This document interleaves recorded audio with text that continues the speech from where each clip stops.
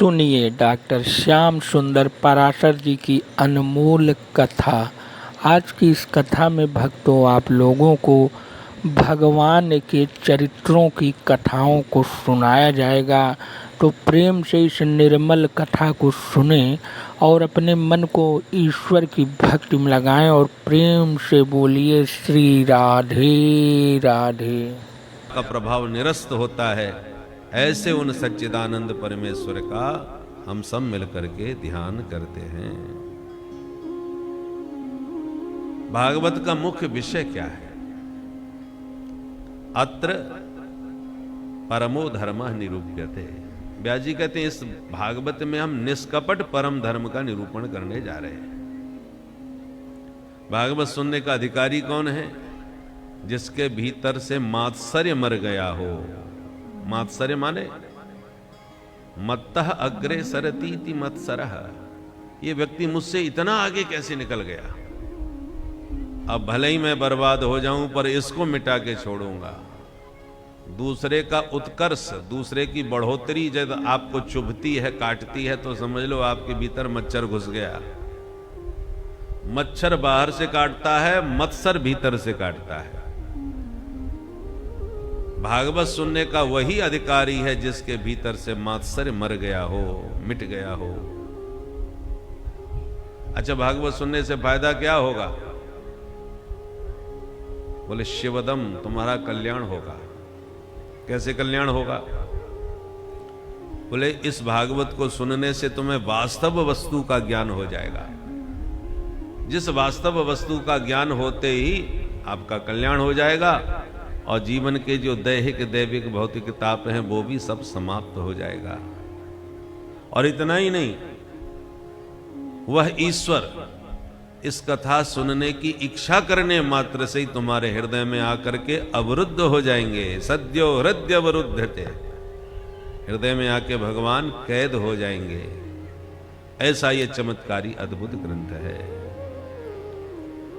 निगम कल्पतरोर गलितम फलम, ये वेद रूपी कल्प वृक्ष का पका पकाया फल है। डाली प्रति डाली के द्वारा धरती पर आया है धीरे धीरे, इसलिए फूटा नहीं है, साबुत है, रसीला है। प्रमाण क्या है कि ये रसीला है? बोले शुक मुखाद अमृत द्रव संयुतम, तोते ने मुंह मार दिया है। जिस फल में तोता मुंह मार दे तो समझ लो गारंटी से मीठा निकलेगा, क्योंकि तोता फलों का पारखी होता है। तो ये भी व्यासनंदन भगवान सुखदेव जी के मुख से श्रीमद् भागवत रूपी फल उच्चिष्ट है, मुंह लगा हुआ है, इसलिए गारंटी से कहते हैं ये बहुत रसीला है और बहुत मीठा है। इसलिए हे रसिक जनो भावुक जनो आओ और इस रस को कान के दोनों में भर भर के पियो। पिबत भागवतम रसमालयम, ये रस का भंडार है। इसलिए हे रसिक जनो भावुक जनो आओ और इस रस को कर्ण कुहरों से निरंतर पान करो। एक बार नहीं, मुहु मुहु माने बारंबार इस रस को पीते जाओ। बोल भागवत भगवान की। प्रथम अध्याय में सौनकादि ऋषियों ने सूत जी से 6 प्रश्न पूछे हैं और उन्हीं का उत्तर विस्तार पूर्वक संपूर्ण भागवत में सुखदेव जी ने दिया है, सूत जी महाराज ने दिया है। पहला प्रश्न किया कि महाराज घोर कलयुग आ गया है, लोगों की बुद्धि मंद है, भाग्य भी मंद है।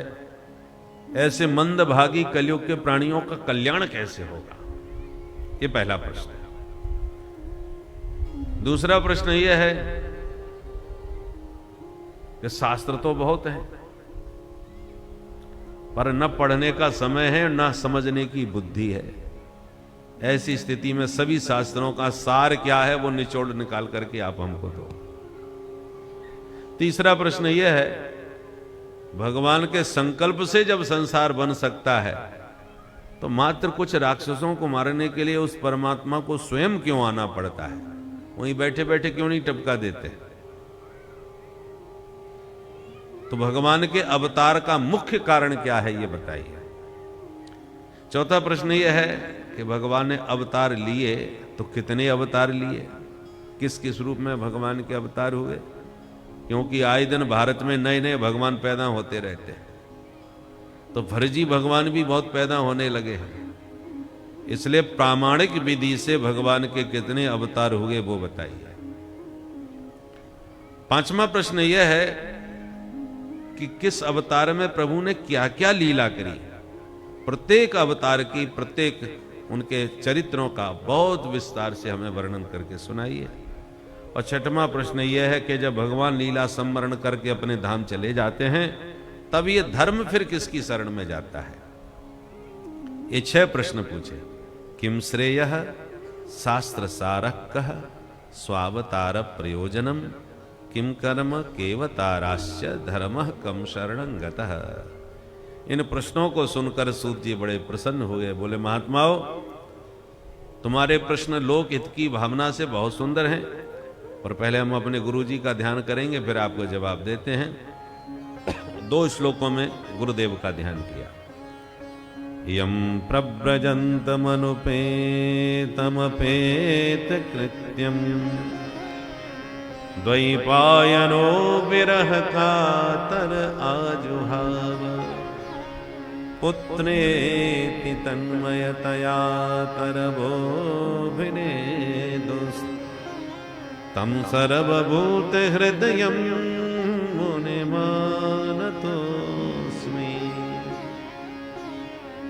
यस्वानुभावमखिल श्रुतिसारमेक मध्यात्मदीपमतितितीनिशितां तमोऽन्धम् संसारिणां करुणयाः पुराणगुह्यम् तं व्याससूनुमुपयामि गुरुं मुनीनां। इन 2 श्लोकों में सुखदेव जी का ध्यान। कैसे हैं सुखदेव जी? यम प्रव्रजंतम, जो पैदा होते ही परिव्राजक बन गए, माने सन्यासी बन गए। सुखदेव जी पैदा होते ही विरक्त हो गए, जिनका जनेऊ आदि संस्कार भी नहीं हो पाया था, और जन्म लेते ही वन को चल दिए। श्री कृष्ण द्वैपायन वेद व्यास जी महाराज पराशर नंदन अपने पुत्र को जाता हुआ देखकर उनके विरह में व्याकुल होकर उनके पीछे पीछे दौड़ पड़े। बेटा बेटा पुकारते जिनके पीछे पीछे भागे। ऐसे सर्वभूत हृदय भगवान व्यासनंदन सुखदेव जी के श्री चरणों में बारंबार प्रणाम है। जिन सुखदेव जी ने सब श्रुतियों का सार निकाल करके श्रीमद् भागवत के रूप में ऐसा अध्यात्म का दीपक जलाया, किस भागवत रूपी अध्यात्म दीप के प्रकाश से अज्ञान के अंधकार में भटकते हुए जितने जीव थे उन सबको अध्यात्म का पथ दिखाई पड़ने लगा। ऐसे अध्यात्म पथ के प्रदर्शक भगवान व्यासनंदन सुखदेव जी के चरणों में हम बारंबार प्रणिपात करते हैं, प्रणाम करते हैं। सुखदेव जी की जन्म गाथा कौशिकी संहिता में विस्तार पूर्वक आती है। कौन है सुखदेव जी महाराज? जब भगवान श्री हरि अपने दिव्य गोलोक धाम से धरा धाम पर अवतार लेने की भूमिका बना रहे थे किशोरी जी के साथ मिलकर, तो राधा रानी का एक पालतू तोता था, बड़ा लाडला। वो समझ गया कि ये जाने वाले हैं, तो फड़फड़ाने लगा पिंजड़े में। किशोरी जी ने कहा, तू क्यों घबरा रहा है भाई? बोले, माता जी मुझे छोड़ के मत जाना। आप कहां जा रही हैं? भगवान किशोरी जी ने कहा, अवतार लेकर के भक्तों को आनंद देने के लिए धरा धाम पर अवतार ले रहे हैं, तो माता जी हमें भी ले चलो। तुम क्या करोगे? बोले, आप क्या करोगे? बोले, हम मधुर मधुर लीलाएं करेंगी, जिन लीलाओं का चिंतन करके वर्णन करके अनंत काल तक जीवों का कल्याण होता रहेगा। तो जीवों के ऊपर कृपा करने, उनका कल्याण करने के लिए जा रहे हैं, तुम क्या करोगे? तोताराम जी बोले, आप चल के लीला कीजिए, मैं आपकी लीला का वर्णन किया करूंगा, आपके भक्तों को सुनाया करूंगा, मेरा भी अवतार का प्रयोजन सिद्ध हो जाएगा। किशोरी जी ने कहा, तेरी इतनी इच्छा है तो चल भाई। वही किशोरी जी का लाडला सुखदेव बन करके प्रकट हुआ। प्यार से बोलो जय श्री राधे। जय श्री राधे। कहां प्रकट हुए? एक बार देवर्षि नारद जी कैलाश पर्वत पर पहुंचे तो भोले बाबा समाधिस्थ थे। माता पार्वती जी ने देखा हमारे गुरुजी आ रहे हैं, तो नारद जी को गुरुजी मानती है। पार्वती जी ने स्वागत किया, आओ आओ गुरुदेव, बहुत दिनन कीन मुनि दाया। बहुत दिनों के बाद दर्शन दिए हैं गुरुदेव आपने, आप तो हमारे घर का रास्ता ही भूल गए। नारद जी बोले, देवी जी बुरा मत मानना, मैंने गृहस्थों के घर जाना थोड़ा कम कर दिया है। क्यों, क्या बात हो गई? अब बोले, ये घर गृहस्थी वाले लोग हमको बदनाम बहुत करते हैं कि बाबा घर फोड़ू है, लड़ाई झगड़ा करवाता है। हमारी बहुत बदनामी होने लगी, इसलिए हमने जाना नहीं बंद कर दिया, क्योंकि ये दुनिया बड़ी स्वार्थी है। स्वार्थ सिद्धि के लिए ही लोग प्रेम करते हैं। सुन नर मुनि सबकी यह रीति, स्वार्थ लाग करें सब प्रीति। मतलब होगा तो राम राम, नहीं तो कोई मतलब नहीं, नहीं तो राम राम भी नहीं। ऐसे स्वार्थी संसार में कहां किसी के घर जाना। पार्वती माने का, सुनो गुरुदेव, अब दुनिया का तो मुझे नहीं मालूम, पर अपने घर की मैं गारंटी ले सकती हूं, मेरे घर में स्वार्थ वाली बात आपको कहीं दिखाई नहीं पड़ेगी। मेरे घर का वातावरण इतना दिव्य है गुरुदेव, क्या बताऊं। हमारे यहां तो बैरी लोग भी आते हैं तो बैर करना भूल जाते हैं, प्रेमी बन जाते हैं। अब तुम ही देखो, मेरा वाहन शेर, मेरे भोले बाबा का वाहन बैल। बैल और शेर कहीं एक जगह मिलेंगे आपको? पर हमारे यहां नादिया भी बंधा है और शेर भी घूमता है। और सुनो, मेरे बड़े पुत्र कार्तिकेय का वाहन मोर, और मेरे भोले बाबा के गले में नाग, और मेरे छोटे पुत्र गणेश का वाहन चूहा। अब बोलो, सब एक दूसरे के दुश्मन है कि नहीं? शेर बैल को खा जाए, मोर सांप को पकड़े, सांप चूहे को पकड़ ले, सब एक दूसरे के दुश्मन हैं। पर मेरे घर में आके सब बैर भाव भूल के कितने प्यार से रहते हैं। और तुम मेरे घर में मुझसे कह रहे हो कि दुनिया में कहीं प्रेम नहीं रहा, सब स्वार्थी हो गए। दुनिया की तुम जानो, पर अपने घर की मैं जानती हूं। मेरे घर तो आया करो महाराज। नारद जी ने कहा, देवी जी अपने घर की कुछ ज्यादा ही तारीफ कर रही है, तो मेरा भी नाम नारद नहीं जो आज ही लड़ाई नहीं कराई। तो बोले, अच्छा माता जी आप बिल्कुल ठीक कह रही हैं, आपके घर का वातावरण वास्तव में बहुत दिव्य है, आदर्श परिवार है आपका। पर एक बात तो आपके यहां भी मेरे को समझ में नहीं आती। क्या?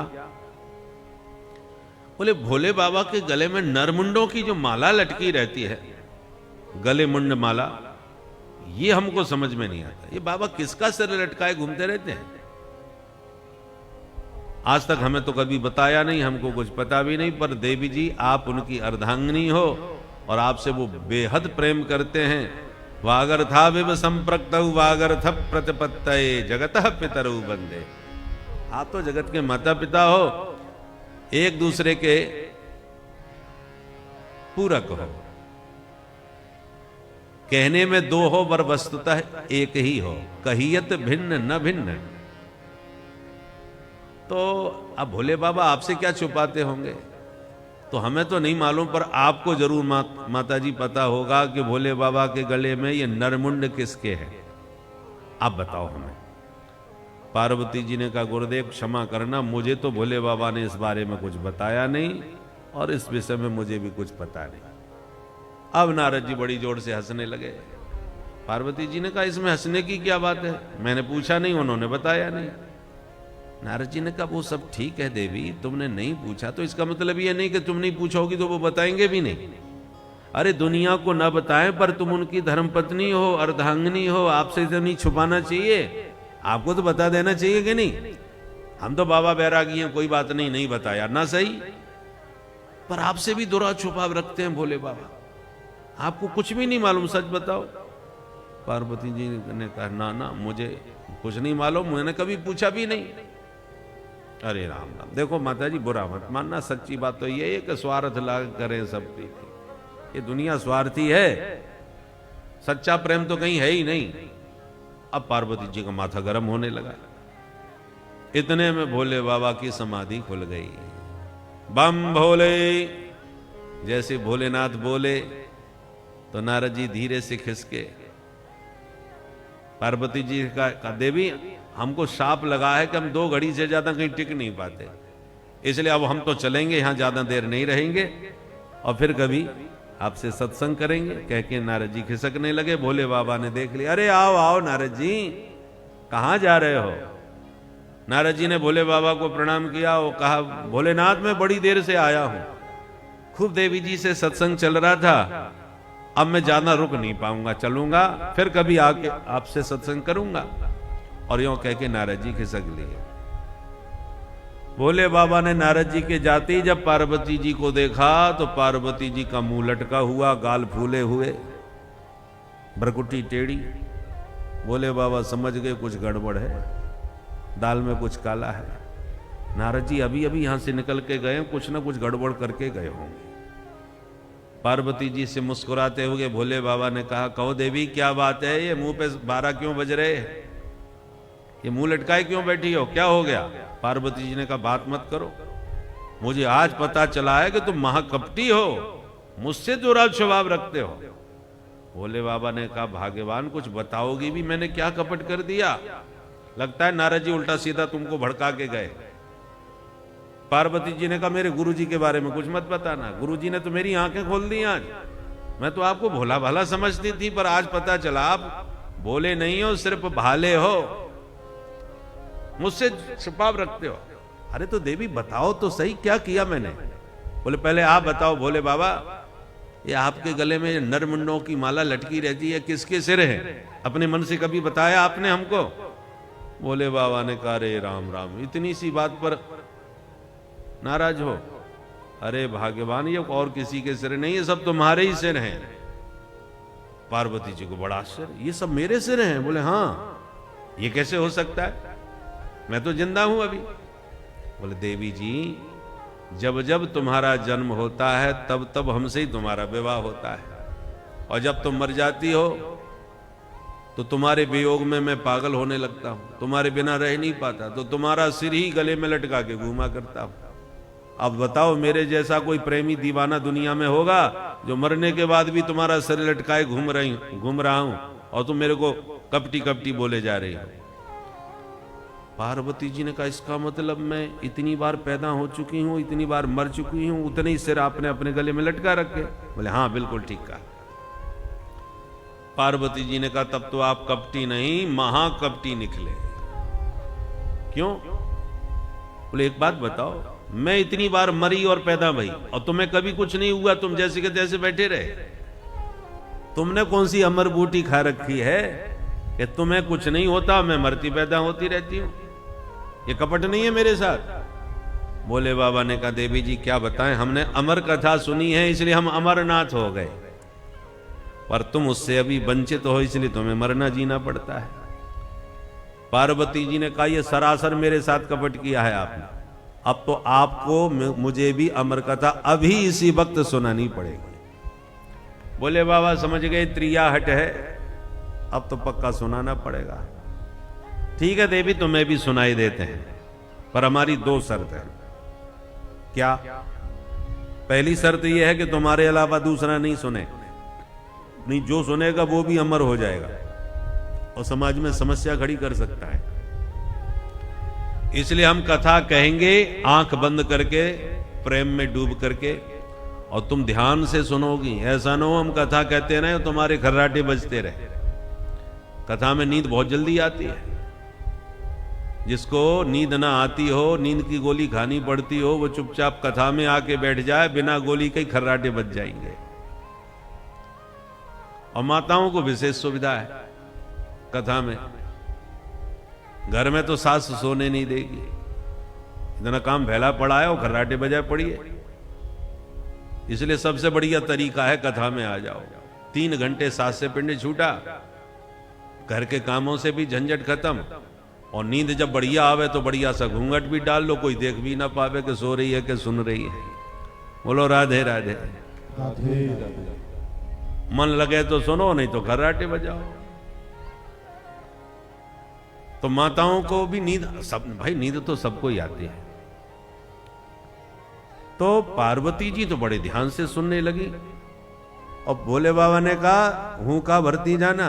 जैसे पुराने जमाने में कहानी किस्से सुनाए जाते थे, एक राजा था, सुनने वाला कहता उसकी 2 रानी थी तो ऐसे हुंका कोई भरता जाए तो सुनाने वाले का मन बहुत बढ़िया लगता है। ऐसी जसोदा मैया अपने कन्हैया को एक दिन ऐसी कथा सुना रहे थे और कन्हैया हुंका भर करके सुन रहे थे। रामो नाम बभूव तदबला सीतेति ऐसे एक राजा थे, कन्हैया बोले उनके 4 छोरा थे, राम लक्ष्मण भरत शत्रुघ्न। कन्हैया बोले ओ बड़ो छोरा वाको नाम राम, पिता को बड़ो आज्ञाकारी। पिता ने 14 साल के लिए वनवासी बना दियो तो प्रेम से मुस्कुरा के चलो गयो। कन्हैया बोले और जंगल में जाकर के वाकी पत्नी जानकी को अपहरण एक दुष्ट रावण ने कर लियो। राक्षस रावण वाकू हरण करके ले गए। जैसी कन्हैया ने सुनी तो भगवान तो अपने नींद में कथा कहानी सुन करके नींद आती थी तो मैया सुना भी लग गई। कन्हैया सुनते गए, हुंका भरते गए और जैसे ही कहा कि जानकी ने रावण का हरण कर लिया, सोई एकदम कन्हैया खड़े होके बोले लक्ष्मण लाओ तो मेरा धनुष, पापी रावण को मैं देखता हूं। सौमित्रे क्वधनु क्वधनु इति विज्ञाग्रह पातो। और मैया घबरा गई, अरे लाला कहीं कोई रावण राक्षस ना आए, बेटा मैं तेरी मैया हूं। तब कन्हैया शांत भय। मैया बोली हे भगवान ऐसी कथा कबू ना सुनाऊंगी, मेरो छोरा रावण को नाम सुन के घबरा गयो, डर गयो लाला। ऐसे मैया कहानी किससे सुनाती थी। तो हुंका भर के सुनने में मन लगता है और सुनाने वाले का भी मन लगता है।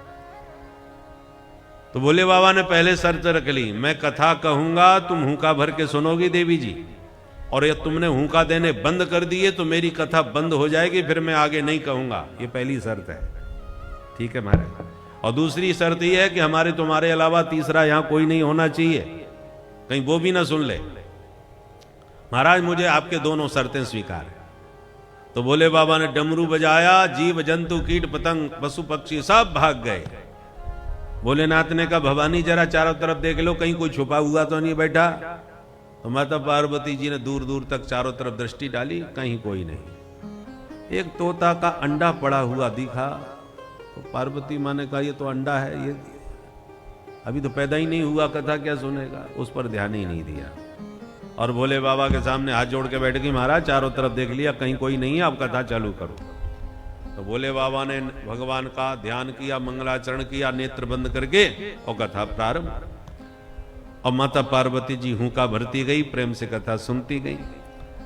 अब सुनाते सुनाते कथा और सुनते सुनते पार्वती जी को अचानक नींद आ गई। बहुत एकाग्रता से सुनो तो नींद और जल्दी आती है? और विशेषकर नींद तब आती है जब विषय वस्तु सिर के ऊपर से निकल रही हो। कोई गंभीर विषय की चर्चा करने लग जाओ तो नींद जल्दी आ जाती है, और कहानी किससे चुटकुले सुनाने लग जाओ तो आई हुई नींद भी भाग जाती है। तो माता पार्वती जी के सामने जब एकादश स्कंद का प्रतिपादन भोलेनाथ ने किया तो भवानी को नींद आ गई। नींद आ गई तो हुंका बंद। पर जो तोते का अंडा पड़ा था वो अमर कथा सुनते सुनते उसमें शक्ति आने लगी, शक्ति का संचार हुआ, अंडा फूट गया और नन्हा सा तोता उसमें से पैदा हो गया। और वो भी फुदकता हुआ पार्वती जी के बगल में बैठ के सुनने लगा।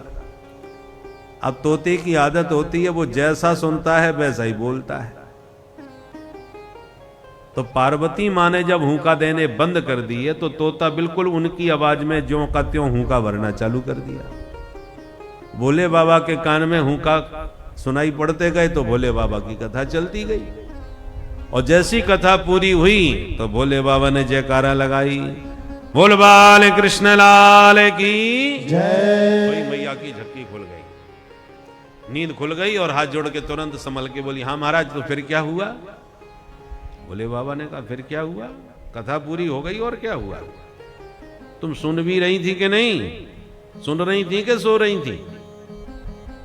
अब माता पार्वती जी हाथ जोड़ के बोली, महाराज बुरा मत मानिए, मैं तो बहुत ही ध्यान से सुन रही थी, पर ध्यान लगाते लगाते कब समाधि लग गई पता ही नहीं चला। निद्रा समाधि स्थिति, मैं तो सो गई महाराज। भोले बाबा ने कहा सो गई तो ये हुंका कौन भर रहा था फिर? बोले मुझे कुछ नहीं मालूम महाराज। इसका मतलब कोई और भी है। ध्यान से चारों तरफ देखा तो तोताराम जी बैठे नजर आ गए। भोले बाबा ने कहा अरे चोर कहीं का, इसने हमारी अमर कथा चुरा ली, छुप करके मेरी कथा सुनी है इसने, मैं नहीं छोड़ूंगा इसको। उठा त्रिशूल मारने को दौड़े, तोताराम जी फुर से उड़ गए। अब आगे तोता तो पीछे भोले बाबा पीछा करते भाग रहे थे कि उधर वेद व्यास जी महाराज का आश्रम आ गया। व्यास जी की पत्नी विटिका देवी ऋतु धर्म से निवृत्त होकर के अपना श्रृंगार कर रही थी। श्रृंगार करते करते उन्हें बड़ी जोड़ की उबासी आ गई। जबाई आती है ना तो मुंह बहुत फट जाता है, तो मुंह फाड़ के उन्होंने जैसी जबाई ली कि तोताराम जी उनके मुख में ही घुस गए और पेट में चले गए।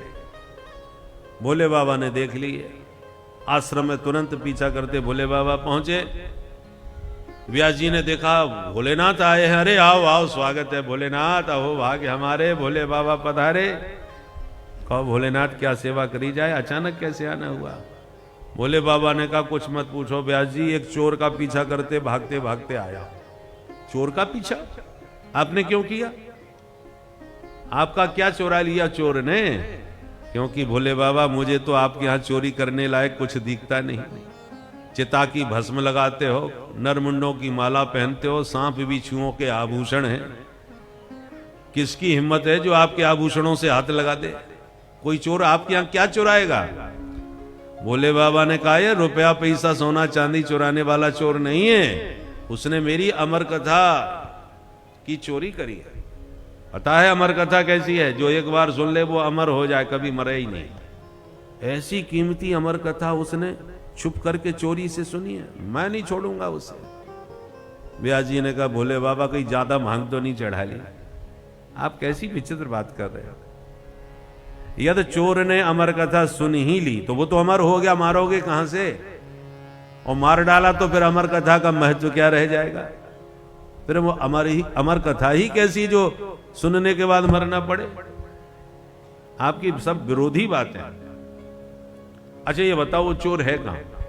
भोले बाबा ने कहा आपकी पत्नी के पेट में चला गया। कैसी बात कर रहे हो भोले बाबा? बोले हाँ मैंने देखा है।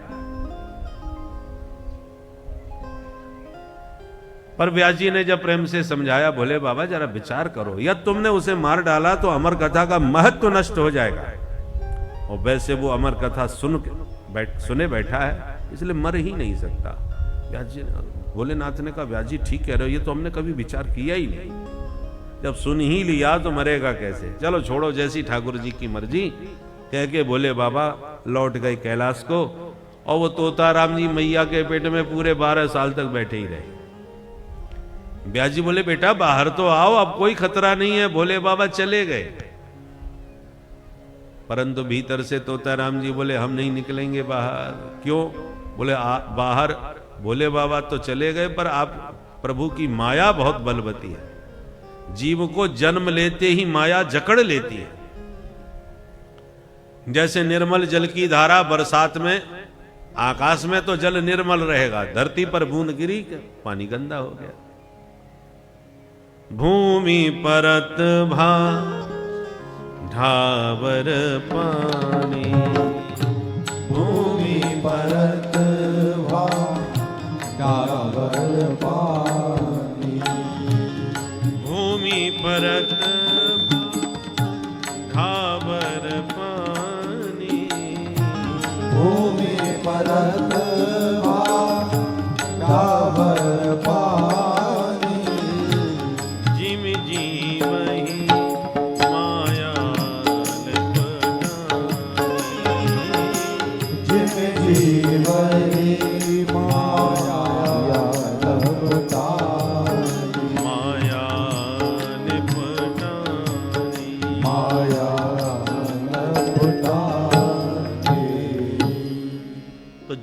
के गर्भ में जब रहता है तब उसे सारा ज्ञान होता है, और जन्म लेते ही सब ज्ञान भूल जाता है और माया में लिपट के अपने आप को भी भूल जाता है। इसलिए पिताजी मैं बाहर नहीं आऊंगा। तो बेटा तू भीतर रहेगा भी कब तक? आज नहीं तो कल जन्म तो तुझे लेना पड़ेगा। बोले पिताजी जन्म हम तभी लेंगे जब मायापति भगवान मेरे सिर पर हाथ रख के मुझे वचन दें, मुझे आशीर्वाद दें कि उनकी माया मुझे कभी प्रभावित न करे। क्योंकि पिताश्री माया से वही बच सकता है जिसके सिर पर माधव का हाथ हो। माया को सब कोई भजे और माधव भजे न कोई, जो कदापि माधव भजे तो माया चेरी होए। माधव की दासी है ये माया, इसलिए भगवान कहते हैं देवी हे सा गुणमयी मम माया दुरत्यया मामेव ये प्रपद्यन्ते माया मेताम तरन्ति ते। भगवान की कृपा से ही माया से बचा जा सकता है। तो माधव मुझे आशीर्वाद देंगे तभी बाहर आऊंगा। तब व्यास जी ने भगवान का स्मरण किया, प्रभु पधारो, इस बच्चे को आशीर्वाद दो। तब भगवान ने प्रकट होकर सुखदेव जी को दर्शन दिया और कहा पुत्र मेरा आशीर्वाद है, तुम निश्चिंत होकर बाहर आओ, मेरी माया तुम्हें छुएगी भी नहीं। जब भगवान ने वचन दिया, आशीर्वाद दिया, तब सुखदेव जी ने जन्म लिया।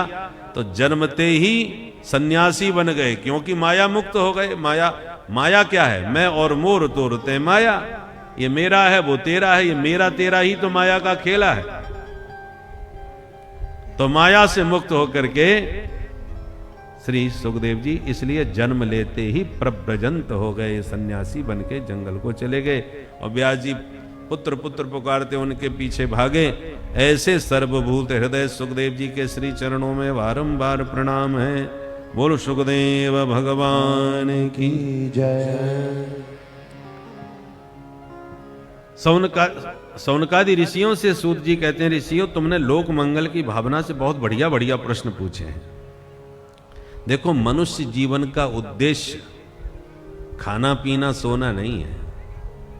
खाना पीना सोना तो पशु पक्षी सब जानते हैं।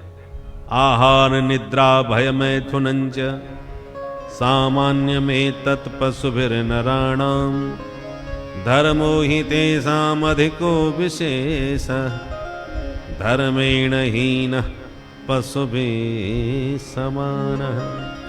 आहार माने भोजन, निद्रा सोना, भय और मैथुन, ये चार क्रियाएं हैं जो हम में, मनुष्यों में और पशुओं में बिल्कुल बराबर है। हम भी खाना पीना जानते हैं, पशु भी अपना भोजन करते हैं। हमको भी डर लगता है, उन्हें भी डर लगता है। हम भी सोते हैं, वो भी सोते हैं। हम भी बच्चे पैदा करते हैं, वो भी बच्चे पैदा करते हैं। अब हम में पशु में अंतर क्या रहेगा? जो काम पशु पक्षी करते हैं वही काम हम सब कर रहे हैं। तो फिर बड़े भाग्य मानुष तन पावा क्यों? किस मामले में हम श्रेष्ठ हैं? बोले एक विशेषता हम में है, हम धर्माधर्म पर विचार करते हैं, कर्तव्य कर्तव्य का विवेक रखते हैं। हमें कब क्या करना चाहिए, कब क्या नहीं करना चाहिए, ये ज्ञान हमारे पास है, पशु पक्षियों के पास नहीं होता। वो खाते भी जाते हैं और त्यागते भी जाते हैं, मलमूत्र त्यागते रहते हैं, पानी पीते जाएंगे, लघु शंका भी करते जाएंगे। उनको ज्ञान नहीं है, पर हमारे भीतर ये विधि निषेध का ज्ञान है। क्या खाना चाहिए, क्या नहीं खाना चाहिए, क्या पीना चाहिए, क्या नहीं पीना चाहिए, कब कैसे खाना चाहिए, ये सब ज्ञान मनुष्य के पास है, पशु पक्षियों के पास नहीं। पर आजकल मनुष्य भी पशुता की ओर बढ़ता जा रहा है। पशुता के लक्षण क्या है? खड़े होकर लघु शंका करना, पेशाब करना, ये पशुता है। और आजकल सिस्टम भी ऐसा हो गया है, एयरपोर्ट पे जाओ या कहीं जाओ तो आपको खड़े होकर ही लघु शंका करनी पड़ेगी, बैठ ही नहीं सकते। जबकि मल मूत्र त्याग बैठ के करना चाहिए, भोजन हमेशा बैठ के करना चाहिए। आजकल भोजन भी खड़े खड़े ही करते हैं। कहीं भी भंडार जो गिद्ध भोजन होता है ना, गिद्ध भोजन समझ गए सारा। तो शास्त्र विहित, शास्त्र ने जो कहा है वो उसका नाम विधि है, उसके शास्त्र ने जो मना किया है ऐसा मत करो उसको निषेध कहते हैं। विधि निषेध, करना ये न करना। क्या खाना चाहिए, खाने पीने का भी कोई क्या, जो मिल गया जैसा मिल गया सब खाते जाते हैं। पहले खान पान पर कितना विचार किया जाता है, किसके हाथ का भोजन करना चाहिए, किसके यहाँ भोजन करना चाहिए। भोजन पर ब्राह्मण बहुत विचार किया करते थे, अब सब विचार खत्म हो गया। खान पान सब अशुद्ध। पहले माताएं भी घर में हर किसी को घुसने नहीं देती थीं। जूता चप्पल कोई पहन के घुस नहीं सकता, अब तो जूता चप्पल पहन के सीधे रसोई में ही भोजन बन रहा है। हाथ पैर धो करके आसन पर बैठ के ही भोजन किया जाता था। लोटा गिलास दो पानी के भर के रखे जाते थे, गिलास से पानी पियो, लोटा से लेते जाओ, क्योंकि पिया हुआ पानी जो शेष बचता है वो कुत्ते के मूत्र के समान होता है। समझ गए? पीत से सम पाद से सम संध्या से सम तथैव च सुनो मूत्र समम तोयम पीत्वा चांद्रायणम चरे। शास्त्र की आज्ञा। पैर आपने लोटा में पानी लिया और पैर धो लिया, आधे पानी से पैर धो लिया और आधा पानी पी लिया, तो जो आधा पानी आपने पिया है वो कुत्ते के मूत्र के समान होता है। इसलिए पैर धोने के बाद शेष पानी को नहीं पिया जाता, वो अशुद्ध हो जाता है। पाद शेषम, पैर धोने के बाद जो शेष बचे हैं। संध्या बंदन करते हैं, संध्या बंदन करते का पात्र होता है, संध्या बंदन करने के बाद कुछ पानी पात्र में शेष बच गया, वो भी अपवित्र। और पीने के बाद एक गिलास में आपने पानी लिया और पी लिया, पीने के बाद थोड़ा रख दिया, बाद में फिर उसे नहीं पीना चाहिए, वो भी अपवित्र होता है। पीत शेषम, पीने से जो शेष बचा, पाद शेषम, पैर धोने के बाद जो शेष बचा, और संध्या शेषम, संध्या के बाद जो शेष जल बचता है, ये तीन जल का जो शेष बचता है, सुनी मूत्र समम तोयम, सुनी माने कुत्ता, कुत्ते के मूत्र के समान वो जल अपवित्र अशुद्ध होता है। यदि पीते हो तो व्रत, चांद्रायण व्रत करके उसका प्रायश्चित करना चाहिए।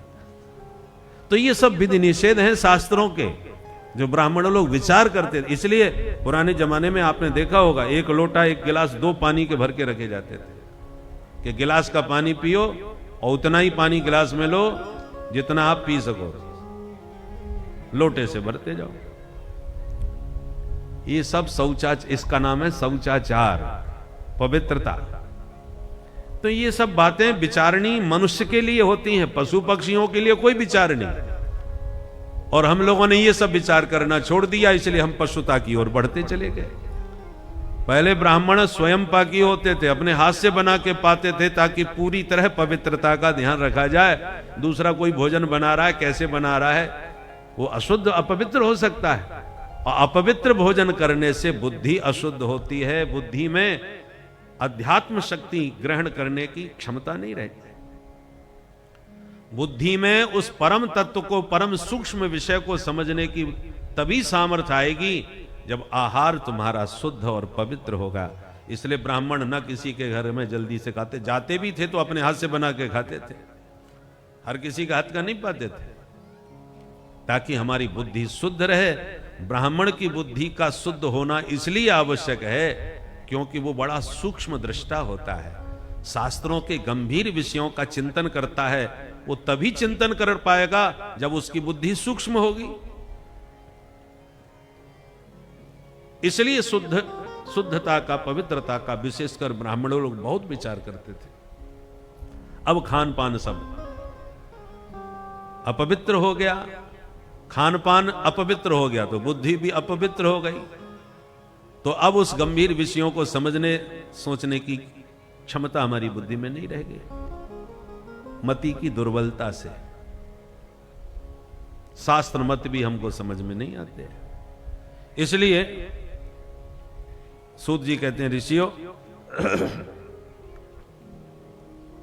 मनुष्य जीवन का उद्देश्य जीवस्य तत्व जिज्ञासा। खाना पीना सोना नहीं है, तत्व को जानो। जिस तत्व को जानने के बाद तुम्हारा आना जाना हमेशा के लिए खत्म हो जाएगा। पुनरपि जननम पुनरपि मरणम पुनरपि जननी जठरे शयनम। बार बार पैदा होते हैं, बार बार मरते हैं, फिर मैया के पेट में आकर के गर्भवास 9 महीने तक करते हैं, जो भयंकर कष्टदायी होता है। इन्हें जन्म मरण की पीड़ा से बचना चाहो तो उस तत्व को जान जाओ, जिसको जानते ही भिद्यते हृदय ग्रंथि छिद्यन्ते सर्व संशया क्षीयन्ते चास्य कर्माणि दृष्ट एवात्मनीश्वरे। अच्छा हमारे ये बताओ, आप जो हमें भागवत सुना रहे हो, इस भागवत की रचना किसने करी, कहां करी और किस लिए करी? तब कहते सुन, द्वापरे समनुप्राप्ते तृतीये युग पर्यये जातः पराशराद्योगी वासव्याम कलया हरे। द्वापर के अंत में जब भगवान वेदव्यास जी का अवतार हुआ, उन्होंने अपनी दिव्य दृष्टि से देखा कि घोर कलयुग आने वाला है, लोगों की बुद्धि सब मंद हो जाएगी, तो ऐसे जीवों का कैसे कल्याण होगा कलयुग में? तो जीवों के कल्याण की कामना से वेदव्यास जी महाराज ने एक वेद के 4 हिस्से कर दिए। पहले सिर्फ ऋग्वेद था, पर व्यास जी ने उसके 4 विभाग कर दिए, ऋग्वेद, यजुर्वेद, सामवेद, अथर्ववेद। पर वेदों की भाषा बहुत टेढ़ी मेढ़ी और जटिल है, लोग समझ नहीं पाते, तो उसका सरलीकरण करने के लिए व्यास जी ने 5वां वेद लिखा, उसका नाम है महाभारत। महाभारत ऐतिहासिक ग्रंथ है, 1 लाख श्लोक हैं महाभारत में। केवल कौरव पांडवों का युद्ध नहीं, बल्कि समस्त शास्त्रों का ज्ञान विज्ञान भरा हुआ है। भगवत गीता उसी महाभारत का अंश है। और इतना बड़ा ग्रंथ लिख करके भी व्यास जी को चैन नहीं मिला, संतुष्टि नहीं मिली। तब व्यास जी ने पुराणों की रचना करी। मद्वयम भद्वयम चैव वृत्रयम व चतुष्टयम अनापलिंग कुस्कानी पुराणानी पृथक पृथक, ऐसे 18 पुराण हैं। पर 17 पुराण लिख के भी व्यास जी को संतोष नहीं मिला, तो सिर पकड़ के बैठ गए, अब क्या करूं और कितना लिखो। कि सोई नारद जी महाराज पहुंच गए। उदास बैठे व्यास जी का मुख देखकर नारद जी ने टोका, अरे पाराशर जी महाराज बड़े परेशान दिखाई पड़ रहे हो, क्या बात हो गई? नारद जी ने व्यास जी को टोकते हुए पूछा, पाराशर्य महाभाग भवतः कच्चिदात्मना परितुष्यति शारीर आत्मा मानस एव बा। व्यास जी महाराज पराशर ऋषि के पुत्र हैं, इसलिए व्यास जी को पाराशर कहा जाता है। पराशरस्यापत्यम पुमान पाराशरः, जो पराशर ऋषि के पुत्र हैं।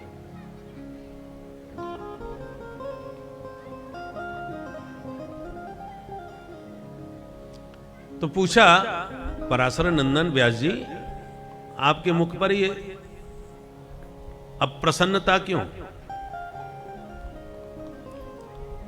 व्यास जी ने नारद जी को प्रणाम करके उनका पूजन किया और कहा, भगवान ये मैं स्वयं नहीं समझ पा रहा कि इतने बड़े बड़े ग्रंथ लिख करके भी मेरा मन प्रसन्न क्यों नहीं? नारद जी बोले, हम बताएं? बताओ सरकार। बोले सुनो व्यास जी, आपने ग्रंथ तो बहुत जोरदार लिखे, पर अभी किसी भी ग्रंथ में आपने गोविंद के गुण नहीं गाए, और जब तक प्रभु के गुणानुवाद नहीं गाओगे तब तक चैन नहीं पाओगे। नारद जी कहते, हमको देखो, हम पूर्व जन्म के दासी पुत्र हैं, छोटी जाति में जन्म हुआ, पर मेरी मां संतों की बहुत सेवा करती थी। मां के साथ मैं भी साधु सेवा करने लगा, और उन संतों की शीत प्रसादी पाते पाते, उनका सत्संग सुनते सुनते मेरे चित्त पर ऐसा भगवत प्रेम चढ़ा संतों के आशीर्वाद से, कि उनके आशीर्वाद से इस जन्म में मैं ब्रह्मा का बेटा बन के पैदा हो गया। और भगवत प्रेम जो संतों ने मेरे भीतर जगा दिया, उस प्रेम में डूब करके एक दिन मैं मस्ती से कीर्तन कर रहा था, जय सिया राम जय जय सिया राम, जय सिया राम जय जय सिया राम, जय सिया राम जय जय सिया राम, जय सिया राम जय जय सिया राम, जय सिया राम जय जय सिया राम, जय सिया राम जय जय सिया राम, जय सिया राम जय जय सिया राम, जय सिया राम जय जय सिया राम, जय सिया राम जय जय सिया राम, जय सिया राम जय जय सिया राम, जय जय सिया राम, जय जय सिया राम, जय जय सिया राम, जय जय सिया राम, जय जय सिया राम। नारद जी कहते मेरे कीर्तन पर ठाकुर जी ऐसे रीझे कि शंख चक्र गदा पद्म लेके मेरी आंखों के सामने प्रत्यक्ष प्रकट हो गए। वो लक्ष्मी नारायण भगवान की जय।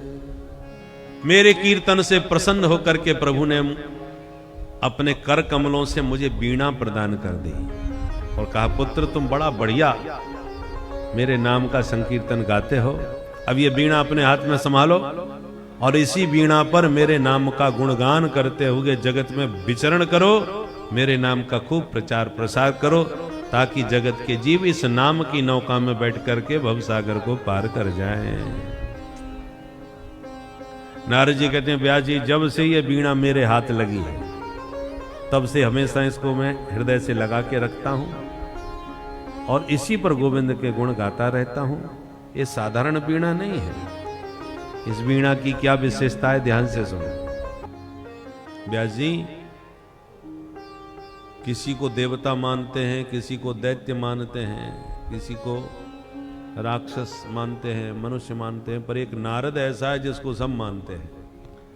मानव दानव दैत्य राक्षस कोई भी हो, नारद जी जहां जाते हैं वहीं उनकी जय जयकार और पूजा होने लगती है। नारद जी कहते हैं, व्यास जी ये मेरी पूजा नहीं, ये प्रभु के गुणानुवाद गाने का चमत्कार है। इसलिए व्यास जी आप भी प्रभु के गुण गाना चालू करो, फिर देखो क्या चमत्कार होता है। बोलो राधे राधे राधे राधे। हम लोगों की हमें जो भी कुछ मिलता है भगवान के गुण गाने से ही तो मिलता है। दरबार में पैदा हुए कौन जानता था, वृंदावन में जाके भगवान के गुण गाने सीख लिए और भगवान के गुण गाने का चमत्कार देखो महाराज। दुनिया रुपया खर्च करके विदेशों में जाती है, हम रुपया लेकर के भी आते हैं और विदेश भी घूमे आते हैं। तो देश विदेश में भगवान के गुणानुवाद ही तो ले जा रहे हैं, घुमा भी रहे हैं और चकाचक माल पानी भी दिलवा रहे हैं। सब प्रकार से आनंद ही आनंद है। लोग लाख रुपया खर्च करके तब विदेश घूमने जाते हैं, 1 रुपया खर्च नहीं होता बल्कि और लेकर के आते हैं और दुनिया भर घूम भी आते हैं। इसलिए भगवान के गुणानुवादों का ये चमत्कार है। यदि तुम्हें बढ़िया तरीके से भगवान के गुण गाने आ गए तो चकाचक लोक में भी होगा और परलोक भी सुरक्षित हो जाएगा। भूरिदा जना, सबसे बड़े दानी भी तो वक्ता ही होते हैं जो भगवान के गुणों का गान करके ठाकुर जी को ही हृदय में विराजमान करते हैं। इसलिए व्यास जी आप भगवान के गुण गाना चालू करो, फिर देखो चमत्कार। यों कह के नारद जी चले गए। व्यास जी को तुरंत अपनी कमी समझ में आ गई। अपनी व्यास गुफा से बाहर निकले, सरस्वती नदी में स्नान किए और जैसे ही वापस अपनी गुफा में आए, बैठते ही भगवान का ध्यान लगाए और ध्यान लगाते ही भागवत की भागीरथी हृदय में प्रवाहित होने लगी, गाने लगे और देखते देखते 18,000 श्लोकों का ये दिव्य पावन ग्रंथ श्रीमद् भागवत प्रकट हो गया। बोलो भागवत भगवान की जय। और व्यास जी ने अपने 4 चेलाओं को ये श्लोक कुछ रटा दिए, 2-4 और जब सुखदेव जी के कान में भागवत के श्लोक पढ़े तो गोविंद के दीवाने होकर के दौड़े खिंचे चले आए व्यास जी के पास। आत्मा रामाश्च मुनयो निर्ग्रंथा अप्युरुक्रमे कुर्वन्त हेतु किं भक्तिं हेत्थं भूत गुणो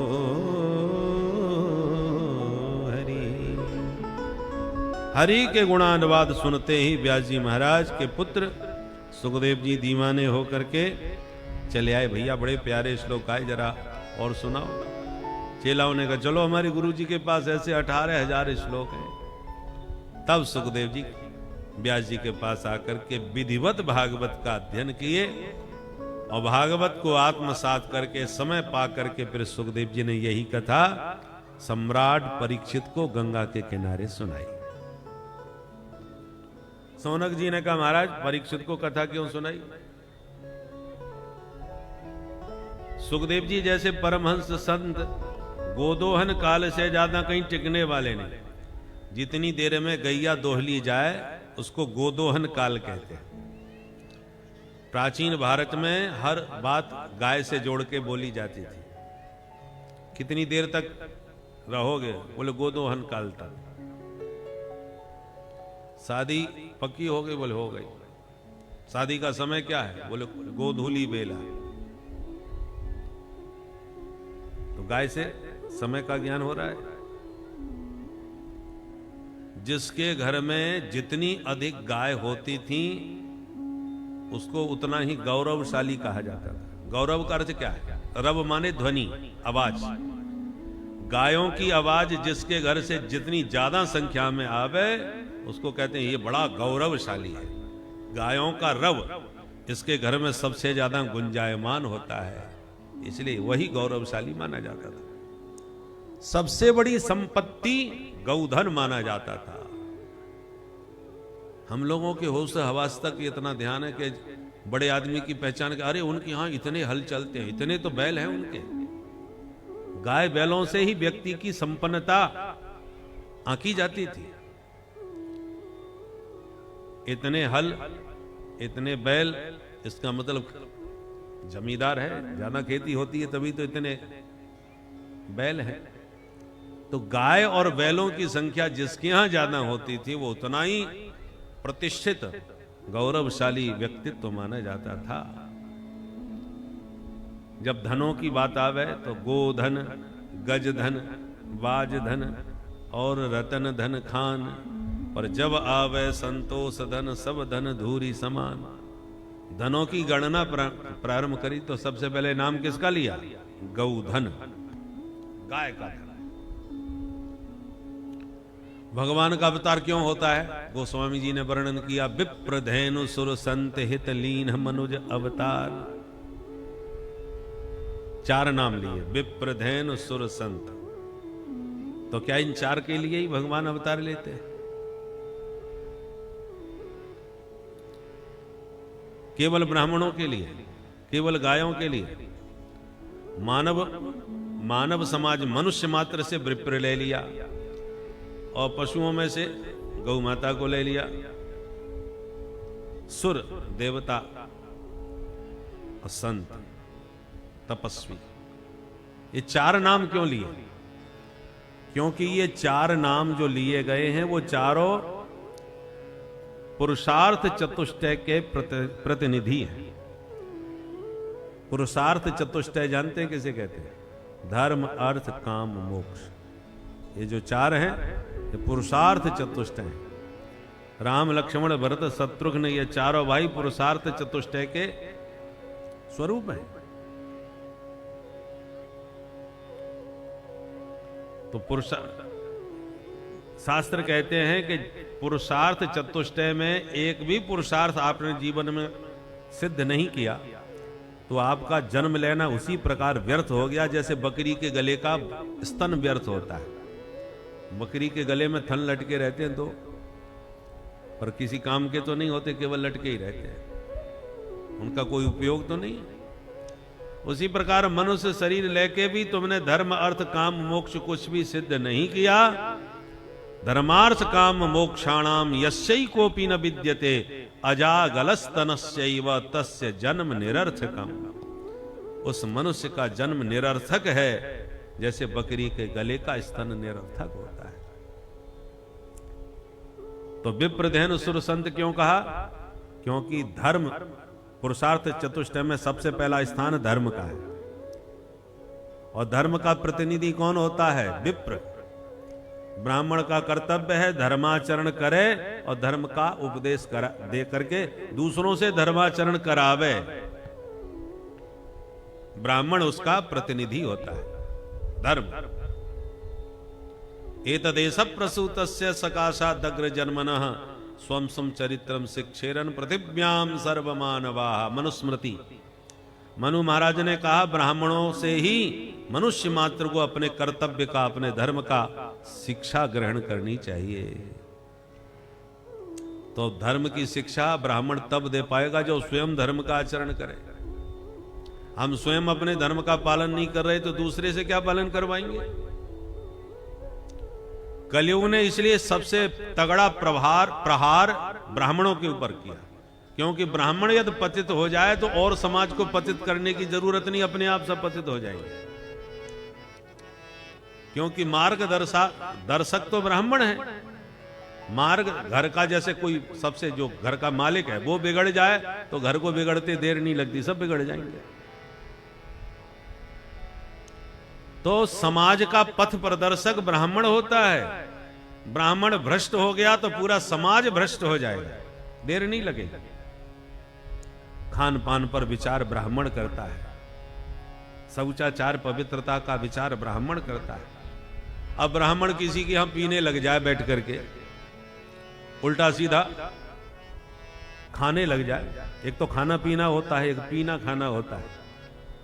तो ब्राह्मण यदि पीने खाने लग जाए तो और किसी को बिगाड़ने की जरूरत नहीं। अरे जब पंडित जी खा रहे हैं तो हम खा लें तो क्या बुराई है, जब पंडित जी पी रहे हैं तो हमने पी लिया तो क्या हो गया? पूरा समाज अपने आप बिगड़ गया ना।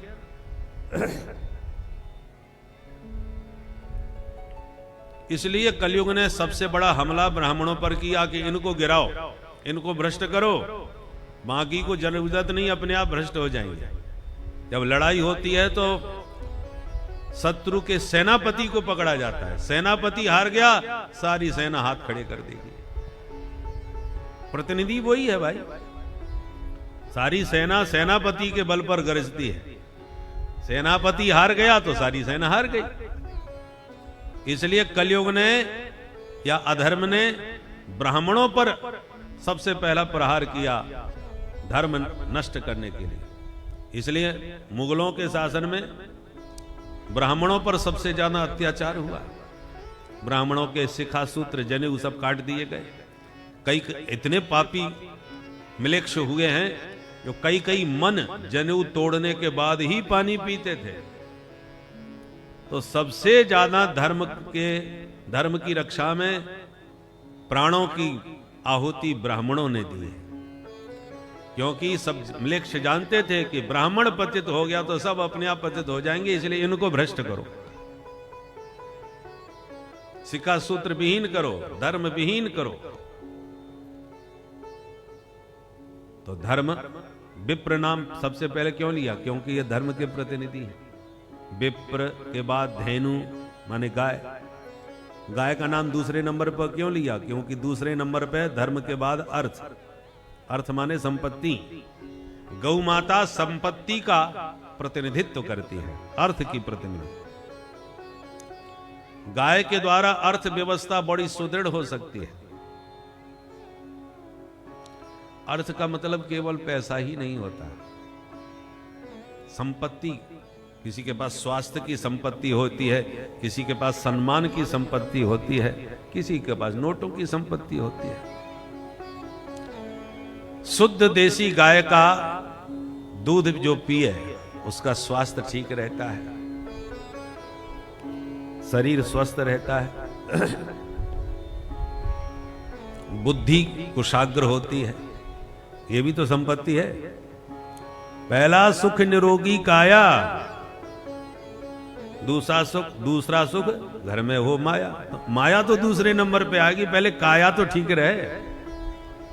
और काया बीमारियों से भरी पड़ी है। आपके पास धरे हैं करोड़ों रुपया, किस काम के?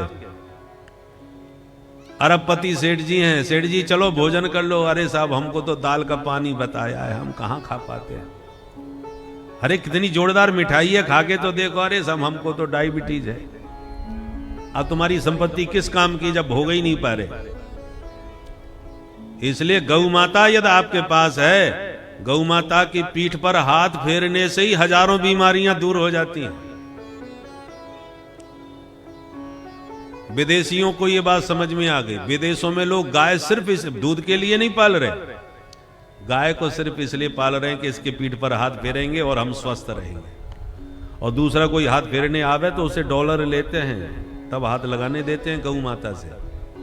पहले इतना फीस, जैसे कहते हैं ना फीस, डॉक्टर के पास जाओ, ज्योतिषी के पास जाओ, पहले फीस जमा करो तब बैठो।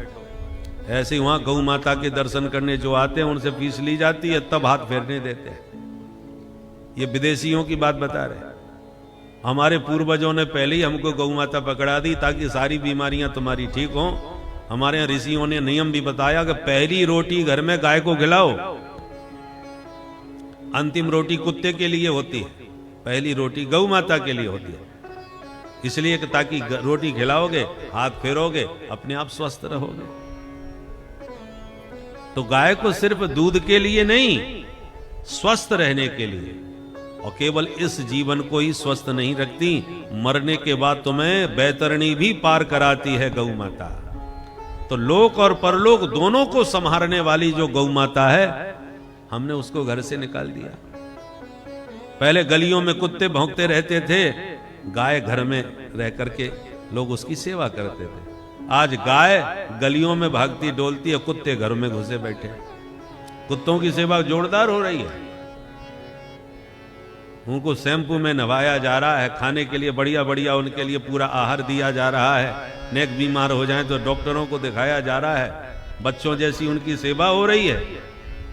और गाय के लिए खर्च करने के लिए कुछ नहीं। जिस कुत्ते को छूने से भी पाप लगता है, अशुद्ध अपवित्र हो जाए, पाप करना मतलब अशुद्ध हो गया। और शास्त्र कहते हैं जिस घर में कुत्ता रहता है उस घर की कोई भी सामग्री देवता स्वीकार नहीं करते।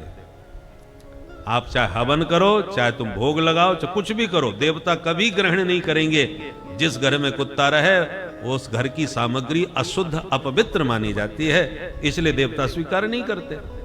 और जिस घर में गौ माता रहती है उस घर में देवताओं का अपने आप ही वास होता है। गाय के गोबर में लक्ष्मी का वास है, इसलिए पुराने जमाने में आंगन को गाय के गोबर से लीपा जाता था कि महालक्ष्मी हमारे आंगन में सदा रहे, गोमये बसते लक्ष्मी।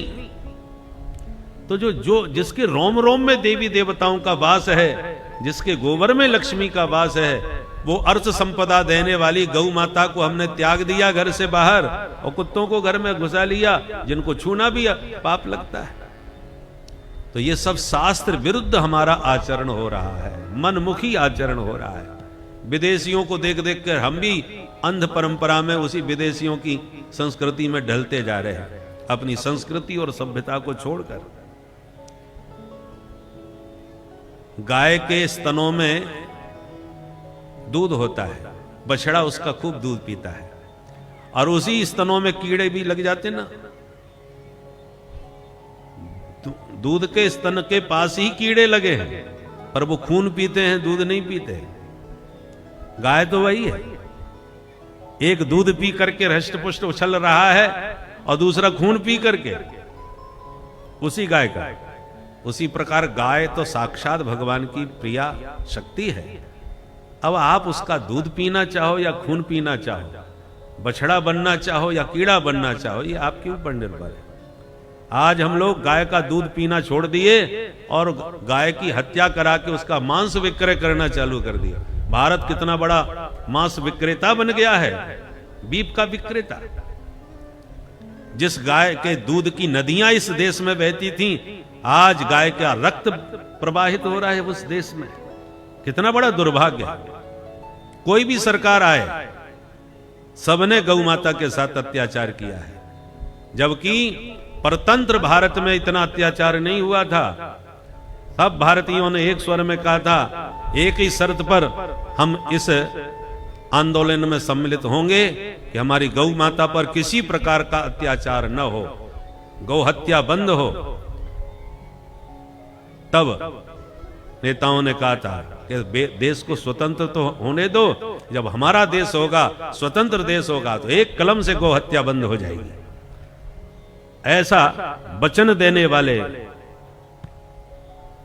कितना वर्ष बीत गया स्वतंत्र भारत को, आज तक किसी की बुद्धि में ये बात नहीं आई। जबकि स्वतंत्र भारत होने के बाद में संतों ने स्वामी कृपात्री जी महाराज के नेतृत्व में गौ हत्या बंद करने के लिए आंदोलन किया। गोपाष्टमी के दिन, जिस दिन गौ माता की पूजा की जाती है, दिल्ली में जाके आंदोलन किया। हजारों लाखों की संख्या में महात्मा लोग पहुंच गए। तो भारत, स्वतंत्र भारत में जलियांवाला कांड तो हुआ था, परतंत्र भारत में, स्वतंत्र भारत में गोलियां चलवा दी महात्माओं, हजारों की संख्या में महात्माओं को मार डाला, मार काट के ठिकाने लगा दिया, पर गो हत्या बंद अब तक नहीं हुई। ये स्थिति स्वतंत्र भारत में हुई है। जिस देश में गो हत्या का समर्थन किया जाता है, गो मांस का विक्रेता भारत बना हुआ है, बताइए उस देश में भारतीय संस्कृति की प्रतिष्ठा कैसे हो पाएगी। इसलिए कोई नागनाथ, कोई सांपनाथ, किसके बारे में क्या कहा जाए। सनातन धर्म का हितैषी कोई नहीं है। अब हमको आपको यह विचार करना है कि कम खतरा किससे है। खतरनाक तो सभी है, कोई भी पार्टी हो। एक सांपनाथ तो दूसरा नागनाथ। अब सांप से कटना ही है तो ऐसा सांप से कटो ताकि जहर हमको इतना ना फैले कि प्राणी ले ले, बच सके। कई सांप ऐसे होते हैं जिनके काटने से बच सकते हैं, और कई सांप ऐसे हैं कि काटे तो महाराज पानी ना पी पाए, वहीं के वहीं लुढ़क जाए। इसलिए हैं तो सब नागनाथ सांपनाथ।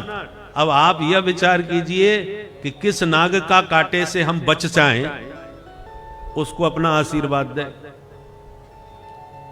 है तो सब एक से खतरनाक। सनातन धर्म का हितैषी कोई नहीं है, ये बात पक्की है। क्योंकि जिस देश में गाय के दूध की नदियां बहती थी, आज तक स्वतंत्र भारत में अब भी गायों के साथ वही अत्याचार हो रहा है। विदेशी लोग करें समझ में आती है, मिलिक्स लोग करें समझ में आता है। हिंदुस्तान कहा जाता है, हिंदुओं का स्थान है ये, और उन्हीं हिंदुओं की आराध्या गौ माता के साथ जहां अत्याचार हो, वो भारत कैसा हो सकता है। उस भारत में भगवान का नाम ही गोपाल, गोविंद, ये सब गायों के नाम से ही तो पड़ा है।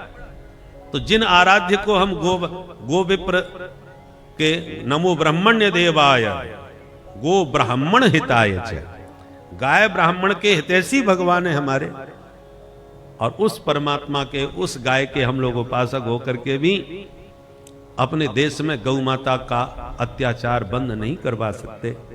ये विडंबना है। इसलिए अर्थतंत्र को मजबूत करना है देश का, तो गौ माता को समृद्ध किया जाए। अरे गौ माता को यदि राष्ट्र पशु घोषित कर दिया जाए तो भी गौ माता के साथ काफी कुछ अन्याय बच सकता है। हम जो जूता चप्पल आदि पहनते हैं चमड़े की, ये सब गौ माता के साथ अत्याचार करके बनाए जा रहे हैं। गर्भिणी गौ माता का गर्भपात करा के जो गर्भ से बालक निकलता है, उसकी त्वचा और भी सुकोमल होती है, उसको छील करके बनाया जा रहा है।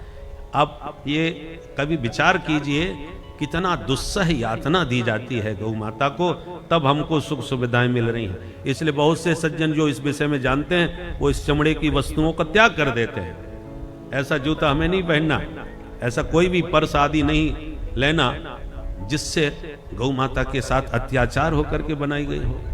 ये सब ज्ञान हमको होना चाहिए, क्योंकि गौ माता अर्थतंत्र को मजबूत करने वाली है। केवल धर्म की दृष्टि से ही नहीं, राष्ट्र को समृद्ध करने की दृष्टि से भी गौ सेवा परम आवश्यक होती है। पहले लोग दूध घी खाते थे और महाराज कैसे चेहरा चमकते रहते थे। आजकल कितनी प्रकार की क्रीमें लगा लगा करके चेहरे पर 12 और बच जाते हैं। शादी के बाद दुल्हन 1 हफ्ता के बाद यदि चेहरा सही बना रहे तो समझ लो ओरिजिनल है, नहीं तो महाराज शादी विवाह में सब चेहरे एक से चमक जाते हैं, सब नकली चमक पैदा करी जा रही है, क्योंकि भीतर की चमक खत्म हो गई। उल्टा सीधा खा पी करके चेहरे की चमक तो चली गई। गांव ग्रामीण अंचलों में जहां दूध घी खा करके बच्चे घूमते हैं, कोई क्रीम पाउडर नहीं लगाते, पर चेहरा हमारा चमकते नजर आते हैं जो बच्चे दूध घी खूब पीते हैं। इसलिए गौ माता स्वास्थ्य लाभ देने वाली है, गौ माता देवी शक्ति प्रदान करने वाली है, सारे देवी देवताओं का वास घर में कराने वाली है, मरने के बाद परलोक में भी तुम्हें वैतरणी पार कराने वाली है। इतना सब लोक परलोक संभालने वाली गौ माता के प्रति हमारी श्रद्धा बिल्कुल समाप्त हो गई। कुछ लोग गाय इसलिए भी रखते हैं जब तक दूध देगा, दूध देना बंद किया, छोड़ दिया सड़क पर, इधर से भगाया उधर, उधर से भगाया। पहले गोचर भूमि छोड़ी जाती थी जो केवल गायों को चरने के लिए रखी जाती थी, अब कोई गोचर भूमि नहीं रही, सबने अपने अपने भवन बना लिए।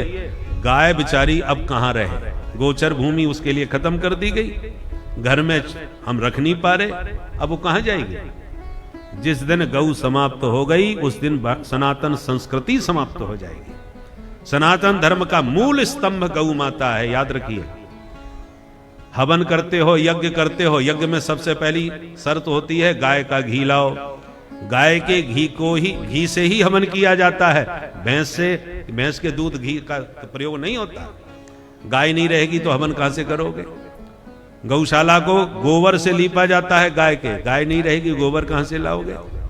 पंचामृत बनाया जाता है दूध दही घी से, गाय नहीं रहेगी, पंचामृत कहां से बनेगा।